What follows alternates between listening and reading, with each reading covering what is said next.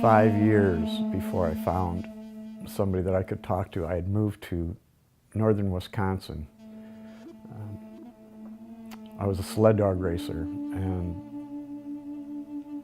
the Ojibwe tribe in northern Wisconsin, I met one of their priests and healers, and I have a pipe.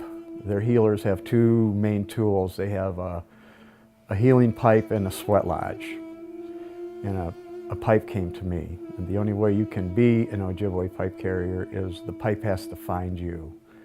That way they know the Creator has picked you out. You can't buy them, you can't make them, you can't ask somebody to give them to you. It has to come to you. The pipe came to me in an unusual way. I sell jewelry. I make vintage beaded jewelry. I was at a store that I sold my products at, and he had other ceremonial pipes in his showcase that I was looking at, waiting for the owner to come out. He come out of the back room. He said, "You can't buy one of those." And I said, "I know, I'm too poor. I don't have the money to buy one of those." He said, "No, wait, I'll be right back." And he came out with a pipe, and he said, "This belongs to you." And I said, "I don't think so." I said, "I can't afford it." And he says, "No, let me tell you the story." He says, "I've had it for over 20 years.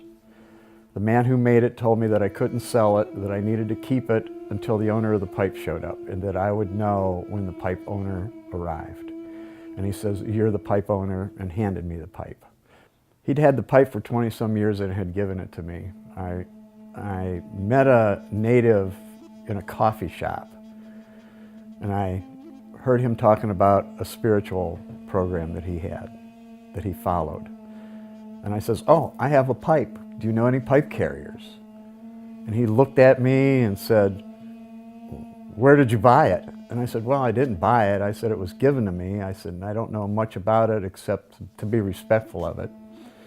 And he says, "Oh, it was given to you. Tell me the story." So I explained to him.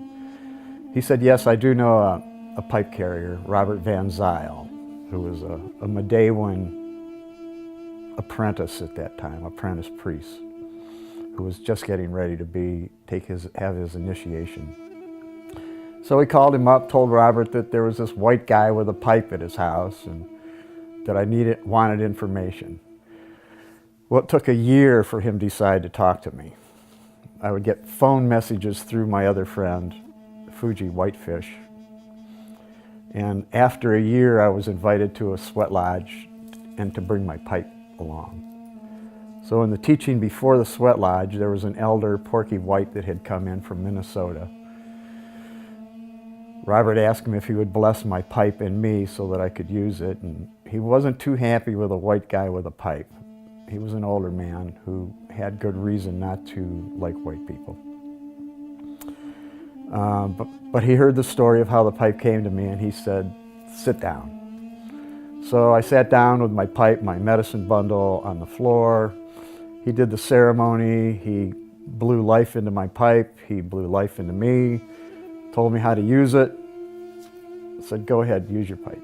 Now you're a pipe carrier." I carry a men's healing pipe, which the Ojibwe, they have 4 different kinds of pipes. They have a men's pipe, they have a women's pipe, they have a community pipe, and they have a personal pipe.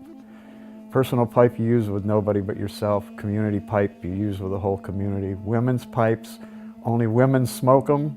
Men can be in the ceremony, but you touch the stem, you don't smoke the pipe.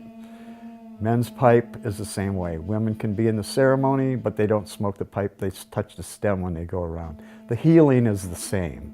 There's no difference. Everybody gets the same healing from the pipe.